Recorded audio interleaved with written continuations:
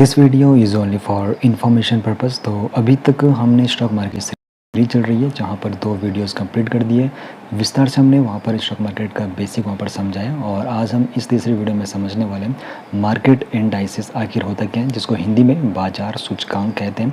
तो इसको विस्तार में समझेंगे यहाँ पर हिंदी में। तो सबसे पहले हम बात करेंगे मार्केट इंडेक्स क्या होता है। तो देखो, इंडेक्स को हम किस प्रकार यहाँ पर डिफाइन कर सकते हैं। तो देखो, जो चुनिंदा कंपनीज होती है तो उनके शेयर प्राइस का क्या होता है, एवरेज। तो चुनिंदा कंपनी के शेयर प्राइस का जो एवरेज हुआ वो क्या होता है, इंडेक्स। तो जैसे थर्मामीटर बॉडी टेम्परेचर मापता है, उसी प्रकार इंडेक्स क्या करता है, पूरी मार्केट का हाल आप लोगों को बता देता है, मार्केट अप है या फिर डाउन है। अब यहाँ पर ये मार्केट की पल्स यानी कि मार्केट की धड़कन का काम किस प्रकार करता है। तो पूरी मार्केट ऊपर है या फिर नीचे है, एक नज़र में आसानी से पता कर सकते हो आप लोग, किसकी बदौलत, इंडेक्स की बदौलत। अब यहाँ पर आपका पोर्टफोलियो इंडेक्स से बेहतर परफॉर्म कर रहा है या फिर नहीं, तो ये भी आप लोग इंडेक्स के जरिए पता कर सकते हो। और सालों का डेटा देखकर आप लोग मार्केट का ट्रेंड समझ सकते हो, किसकी बदौलत, इंडेक्स को देखकर। आप लोगों ने सेंसेक्स के बारे में जरूर सुना हो। सेंसेक्स क्या है, ये बीएसई यानी कि बॉम्बे स्टॉक एक्सचेंज का क्या है, ये सूचकांक है। तो फुल फॉर्म क्या है इसकी, सेंसिटिव इंडेक्स। और ये जो एक्सचेंज है बॉम्बे स्टॉक एक्सचेंज के अंतर्गत आता है। तो यहाँ पर ये 1986 में शुरू हुआ था। और यहाँ पर जो सेंसेक्स के इसके अंडर आती है 30 कंपनियाँ, 30 जो लार्ज कंपनी है, लार्ज कैप जो कंपनी है वो इसके अंडर आती है, सेंसेक्स के अंडर। और यहाँ पर जो इसका बेस ईयर था 1978-79 में, जहाँ पर इसका बेस वैल्यू 100 का था, और आज ये लगभग 80,000 का आंकड़ा भी पार कर चुका है। तो यहाँ पर काफ़ी बड़ी बात यहाँ पर ये सेंसेक्स ले रहने वाली है। बाकी जो टॉप कंपनीज़ है जो सेंसेक्स में लिस्टेड है, जिसमें रिलायंस हो गया, टीसीएस हो गया, एचडीएफसी बैंक हो गया, इन्फोसिस हो गया, आईसीआईसीआई बैंक हो गया, भारतीय एयरटेल हो गया, एलएनटी, एचयूएल, आईटीसी और बजाज फाइनेंस, ये कुछ कंपनियाँ हैं लार्ज कैप कंपनियाँ जो किसके अंडर है, सेंसेक्स में आती है ये। अब दूसरी तरफ है निफ्टी 50 के बारे में भी आप लोगों ने सुना होगा। तो निफ्टी 50 जो ये एनएसई यानी कि नेशनल स्टॉक एक्सचेंज का क्या, ये सूचकांक है, इंडाइसेस है, इंडेक्स है। अब यहाँ पर निफ्टी 50 क्या है, तो फुल फॉर्म है इसका नेशनल 50। तो ये एक्सचेंज है नेशनल स्टॉक एक्सचेंज का, और ये शुरू होता है निफ्टी 50 1996 में। तो इसमें जो निफ्टी 50 है 50 आप लोग यहाँ पर देख रहे हो, तो यहाँ पर 50 जो लार्ज कैप कंपनी है वो इसके अंडर आती है। अब यहाँ पर इसका जो बेस डेट है 3 नवंबर 1995 था, और बेस वैल्यू इसका 1000 था। और आज जो निफ्टी 50 है 23,000 से भी ज़्यादा का आंकड़ा पार कर चुका है। अब यहाँ पर देखो, सेंसेक्स और निफ्टी को आसान शब्दों में समझते हैं। तो देखो, जो सेंसेक्स है ये किस एक्सचेंज के अंतर्गत आता है, बॉम्बे स्टॉक एक्सचेंज के, और निफ्टी आता है नेशनल स्टॉक एक्सचेंज के। सेंसेक्स में जो कंपनियों की संख्या है वो 30 कंपनियां आती है, निफ्टी में आती है 50 कंपनियां। सेंसेक्स का शुरू हुआ था 1986 में, और निफ्टी शुरू हुआ था 1996 में। और जो यहाँ पर बेस लेवल था सेंसेक्स का वो 100 का था, और निफ्टी का जो बेस लेवल था वो क्या था, बेस वैल्यू थी वो 1000 की थी। अब यहाँ पर आप लोगों ने इतना समझ लिया। अब बात कर लेते हैं आगे, सेक्टोरियल इंडाइसेस क्या होते हैं, यानी कि क्षेत्रीय सूचकांक क्या होते हैं। तो ये स्पेसिफिक सेक्टर की परफॉर्मेंस यहाँ पे ट्रैक करते हैं। जैसे कि आप लोगों ने बैंक निफ्टी सुना होगा, तो टॉप बैंकिंग कंपनीज़ को ये ट्रैक करते हैं, जैसे कि एचडीएफसी हो गया, एसबीआई हो गया, आईसीआईसीआई हो गया, और एक्सिस हो गया। दूसरी तरफ निफ्टी आईटी है, तो ये आईटी और सॉफ्टवेयर कंपनी को ट्रैक करती है, जैसे कि टीसीएस, इन्फोसिस, विप्रो और एचसीएल।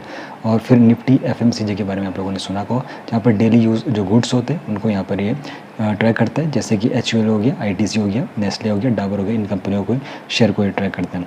और निफ्टी फार्मा, ये फार्मा जो सर्जिकल जो कंपनी है, जिनमें सन फार्मा हो गया, डॉक्टर रेड्डी हो गया, इनको ट्रैक करता है। निफ्टी ऑटो में जो ऑटोमोटिव सेक्टर है, जैसे कि Maruti, Tata motor, M and M, तो इनके जो स्टॉक होते हैं इनको यहाँ पर ट्रैक करता है। और इसी प्रकार निफ्टी रियलिटी में रियल एस्टेट कंपनीज हो गए, जैसे डीएलएफ, गोदरेज प्रॉपर्टी, तो इनके शेयर प्राइस को ये ट्रैक करता है। तो ये सेक्टोरियल इंडाइसेस हो गए। अब यहाँ पर इंडेक्स कैलकुलेट किस प्रकार होता है, तो सिंपल वे में आपको बताऊँ तो जिसका मेथड है फ्री फ्लोट मार्केट कैपिटलाइजेशन, इसका मेथड है। सिर्फ वही शेयर काउंट होते हैं जो पब्लिकली ट्रेड हो सकते हैं। अब देखो, कंपनीज सबसे पहले आप लोगों को सिलेक्ट कर लेनी है, जैसे कि उसका मार्केट कैप पता होना चाहिए, लिक्विडिटी और सेक्टर डाइवर्सिटी का बेसिक पे टॉप कंपनीज आप लोगों को क्या करना है, चुनते हैं। उसके बाद फ्री फ्लोट मार्केट कैप निकालना है, जैसे कि कंपनी का वो पोर्शन जो पब्लिक के पास है उसका मार्केट कैप कैलकुलेट करना है। उसके बाद सब कंपनीज का टोटल करना है, सबकी जो फ्री फ्लोट मार्केट कैप है वो जोड़ देनी है, और यही इंडेक्स का न्यूमरेटर है। अब देखो, बेस वैल्यू से डिवाइड करना है, तो फॉर्मूला किसका, current market cap divide by base market cap, फिर यहाँ पर होगा आपका इनटू बेस इंडेक्स वैल्यू। तो आपका इंडेक्स आसानी से कैलकुलेट हो जाता है। अब यहाँ पर इंडेक्स से इन्वेस्टर क्या क्या सीख सकते हैं, देखिए, अगर आपका इंडेक्स ऊपर है तो इसका मतलब है मार्केट में ऑप्टिमाइज है, ज़्यादा कंपनीज प्रॉफिट में है और गुड टाइम है इन्वेस्टमेंट के लिए। अगर इंडेक्स नीचे तो मार्केट में सेलिंग प्रेशर है, कॉशन आपको रहना है, यानी कि आपको खबरदार रहना है और यहाँ पर रिसर्च आप लोगों को ज़रूर कर लेनी है और पैनिक में आप लोगों को अपने शेयर को नहीं बेचना है। बेंचमार्क क्या है, तो अपने म्यूचुअल फंड या फिर पोर्टफोलियो के रिटर्न इंडेक्स से कंपेयर करने के लिए बेंचमार्क होता है। अगर इंडेक्स ज़्यादा रिटर्न दे रहा है तो फंड आप लोग चेंज कर सकते हो। बाकी मार्केट ट्रेंड के बारे में आपको बताऊँ तो लंबा चार्ट आप लोगों को मार्केट ट्रेंड में देखना चाहिए। बुल मार्केट और बेयर मार्केट का साइकिल समझने में ये काफ़ी मदद करता है मार्केट ट्रेंड। अब यहाँ पर ज़रूरी जो टर्म्स है जो याद रखनी ज़रूरी है, 52 वीक हाई और लो, तो ये पिछले एक साल में इंडेक्स का सबसे ऊपर या फिर सबसे नीचे का पॉइंट होता है। इंडेक्स रिबैलेंसिंग, तो हर कुछ महीने में इंडेक्स की कंपनीज रिव्यू होती है।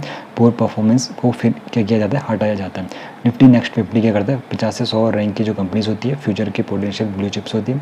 और सर्किट ब्रेकर क्या हुआ, अगर इंडेक्स 10% या फिर 15% या फिर 20% गिर रहा तो ट्रेडिंग टेम्पररी क्या करती, रोक दी जाती है। किसमें, सर्किट ब्रेकर में। टोटल रिटर्न इंडेक्स क्या हुआ, प्राइस चेंज प्लस डिविडेंड दोनों मिला के परफॉर्मेंस कैलकुलेट करना होता है। अब ग्लोबल इंडाइसेस हो गया, जैसे कि यूएसए का हो गया डो जोन्स, S&P 500 यूएसए का, नेस्डेक हो गया, निकी हो गया जापान का, FTSE हो गया यूके का। ये कुछ यहाँ पे ग्लोबल इंडाइसेस हैं। अब यहाँ पर समरी जो हम लोगों ने यहाँ पर सीखा है, तो इंडेक्स के बारे में हमने यहाँ पर सीखा है। सेंसेक्स और निफ्टी 50 के बारे में सीख लिया। इंडिया के दो मेन यहाँ पर इंडाइसेस हैं। सेक्टोरल इंडेक्स के बारे में सीख लिया, बैंक निफ्टी, IT, FMCG, फार्मास, यहाँ पे सेक्टोरियल इंडेक्सेस है और इंडाइसेस है। और फ्री फ्लोट मार्केट के मेथड से इंडेक्स कैलकुलेट होता है, ये हम लोगों ने सीख लिया। बाकी इन्वेस्टर के लिए जो इंडेक्स के बेंचमार्क है उसकी इन्फॉर्मेशन भी ले लिया। पोर्टफोलियो और इंडेक्स परफॉर्मेंस कंपेयर करना आप लोगों ने सीख लिया। बाकी हमने तीसरा जो यहाँ पर पार्ट, इसमें काफ़ी कुछ सीख लिया। आगे आने वाली वीडियोज़ में काफ़ी और भी हम यहाँ पर इंपॉर्टेंट इन्फॉर्मेशन लेने वाले हैं। तब तक आप लोग प्ले लिस्ट को भी चेकआउट पूरे अच्छे से कर सकते हो।